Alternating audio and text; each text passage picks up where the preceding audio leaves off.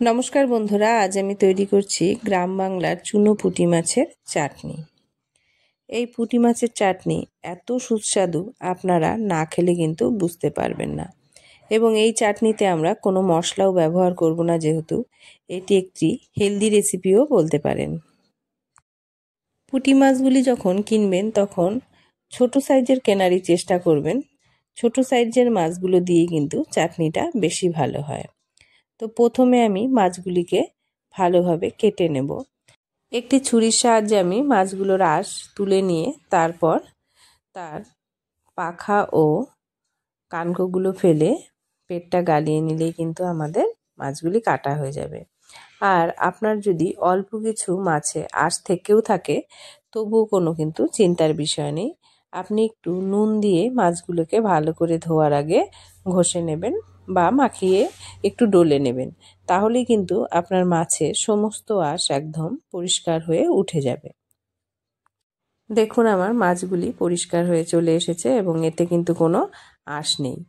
এবার আমি এই মাছগুলির মধ্যে হলুদ ও নুন সুন্দর করে মেখে মাছগুলিকে কিছুক্ষণের জন্য কিন্তু রেখে দেব। আপনারা একটু হলুদটা এখানে বেশি পরিমাণেরই দিবেন।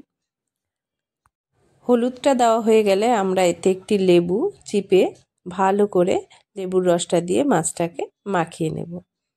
ভালো করে মাছটাকে মাখিয়ে নিয়ে তারপর মাছটাতে আমরা দিয়ে দেব অল্প পরিমাণে আদা ও রসুন বাটা। আদা ও রসুন বাটাটা দিয়ে ভালো করে মাছগুলি আবার মেখে নিয়ে আমরা মাছগুলিকে কিন্তু কিছুক্ষণের জন্য ঢেকে সুন্দর করে রেখে দেব।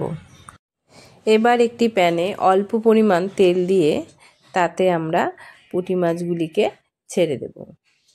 পুঁটি মাছগুলি সবগুলি আমরা একসাথেই দিয়ে দেব এবং এগুলিকে আমরা কিন্তু খুন্তি দিয়ে নাড়িয়ে নাড়িয়ে তুলব না, কারণ আমি যেহেতু একবারে সব মাছগুলি ভেজে নিচ্ছি তাহলে কিন্তু মাছগুলি ভেঙে যেতে পারে। সবগুলি মাছ একসাথে ভালো করে দিয়ে নিয়ে যখন একটু হয়ে আসবে তখন আমরা এগুলিকে ঝাঁকিয়ে ঝাঁকিয়ে ঝাঁকিয়ে ঝাঁকিয়ে উল্টে পাল্টে মাছগুলিকে কিন্তু ভেজে নেব। তাহলে আমাদের তেলটাও কম লাগবে, এদিকে মাছগুলোও গোটা থাকবে, মাছগুলোও একটুকু ভাঙবে না। মাছগুলো কিন্তু আমরা বেশি কড়া করে ভাজবো না, যেহেতু এগুলো চাটনি করব, তাই কড়া করে যদি আমরা ভেজে ফেলি তাহলে এর গায়ে টক টক রসটাও ঢুকবে না আর ঝোলটাও কিন্তু স্বাদ হবে না।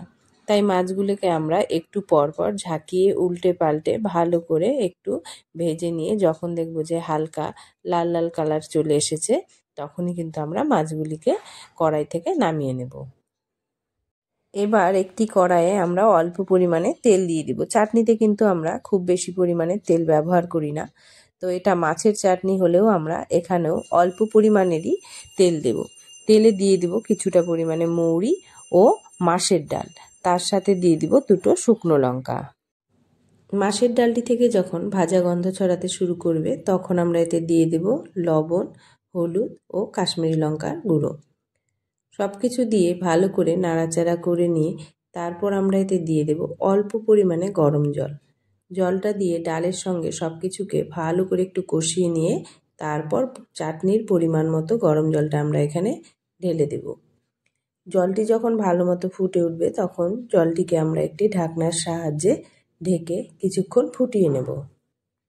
জলটিকে বেশ কিছুক্ষণ ফুটিয়ে নিয়ে তারপর ঢাকনা খুলে আমরা এতে দিয়ে দেব তেঁতুলের কাঠ। তেঁতুলটিকে আপনারা আগে ভিজিয়ে রাখবেন, তারপর যখন দেবেন তখন তার শাঁস ও বিচিগুলো ছাড়িয়ে শুধু তেঁতুলের কাঠটা চাটনির মধ্যে দিয়ে দেবেন। তেঁতুলের কাঠটি দেবার পর গ্যাসের ফ্লেমটি কমিয়ে আমরা এটিকে চাটনির সঙ্গে ভালো করে নাড়িয়ে মিশিয়ে নেব, যাতে লক্ষ্য রাখবেন বিচি একটিও না পড়ে আর আঁশগুলি যেন না যায়, তাহলে যখন আমরা খাবো তখন কিন্তু মুখের মধ্যে ভাজা ভাজা লাগবে। তাই শুধু আঁশগুলো আর বিচিগুলি ছাড়া শাঁসটাকেই দেব আমরা। তেঁতুলের শাঁসগুলো দিয়ে নিয়ে আমরা তারপর এটিকে আবার কিছুক্ষণ ভালো মতো নাড়িয়ে নিয়ে তারপর দিয়ে দেব পরিমাণ মতো গুড়। এখানে কিন্তু আমরা চিনি ব্যবহার করব না, বাজারে এখন বেশ সুন্দর ঝুরঝুরে গুড়গুলো পাওয়া যায়, সেগুলোই আপনারা এখন রান্নায় ব্যবহার করতে পারেন, কারণ চিনি খেতে অনেকেই কিন্তু এখন নিষেধ করছে। তাই আমি এখানে পরিমাণ মতো গুড় দিয়ে আবার কিছুক্ষণ নাড়াচাড়া করে নিয়ে ঝোলটি যখন বেশ সুন্দর ফুটে উঠবে তখন আমি এতে দিয়ে দেব আমি যে পুঁটি মাছগুলো ভাজা করে রেখেছিলাম সেই পুঁটি মাছগুলি। পুঁটি মাছগুলিকে চাটনির ঝোলের সঙ্গে বেশ সুন্দর নাড়াচাড়া করে নিয়ে আমরা এটিকে কিন্তু ঢেকে দেব, কারণ যাতে চাটনির যে টক টক ভাগগুলো আছে মাছটা ভালো মতো চুষে নিতে পারে। ঢাকনা দিয়ে 2 থেকে 3 মিনিট আপনারা গ্যাসের ফ্লেমটা একদম কমিয়ে ফুটিয়ে নিলেই কিন্তু আপনাদের রান্নাটা প্রায় হয়ে আসবে। এবার ঢাকনা খুলে আমি কিছুটা কর্নফ্লাওয়ার ঠান্ডা জলে গুলিয়ে এই চাটনিতে দিয়ে দেব। দেখবেন কর্নফ্লাওয়ারটা দেওয়ার সাথে সাথে চাটনিটি কি সুন্দর ঘনিয়ে যাবে। কর্নফ্লাওয়ার দেওয়ার পর 1 থেকে 2 মিনিট ফুটিয়ে নিলেই কিন্তু আমাদের চাটনি একদম রেডি। দুপুরে গরম ভাতের সাথে এই চাটনি নিয়ে বসে যান, আর কোনো কিছুই লাগবে না। একবার খেয়ে দেখুন, এর স্বাদ জীবনে ভুলতে পারবেন না।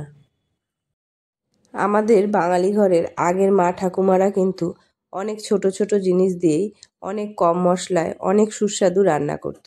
সেগুলো আমরা দিনে দিনে হারিয়ে ফেলছি। এগুলিকে আবার সুন্দর করে আমরা ফিরিয়ে আনার চেষ্টা করি। দেখবেন এর স্বাদও কিন্তু অনেক বড় বড় মশলার রান্নার সাথে পাল্লা দিয়ে চলবে। ভিডিওটি ভালো লাগলে অবশ্যই লাইক ও সাবস্ক্রাইব করে দেবেন ও একবার করে খেয়ে দেখুন কেমন লাগে অবশ্যই কমেন্ট করে জানাবেন।